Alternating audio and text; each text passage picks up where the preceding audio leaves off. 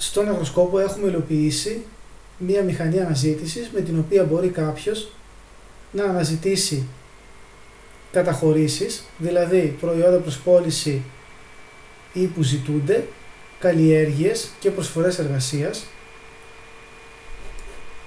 δίνοντας μία λέξη, μία ή περισσότερες λέξεις στο πεδίο αναζήτησης, είτε αναζητώντας στις επιμέρους λίστες, για παράδειγμα στα προϊόντα προς πώλησης, στα προϊόντα προς αγορά, στην κατηγορία αγγελίες εργασίας και ούτε καθεξής, και μας δίνονται δύο τρόποι. Είτε μέσω της λίστας, την οποία μπορούμε να φιλτράρουμε βάσει διαφόρων κριτηρίων.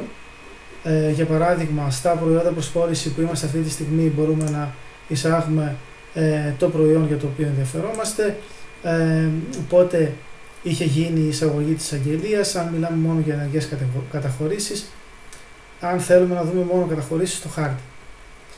Και σε αυτό το σημείο πρέπει να τονίσουμε ότι εκτός από την αναζήτηση μέσω της λίστας καταχωρήσεων, υπάρχει και αναζήτηση μέσω του χάρτη.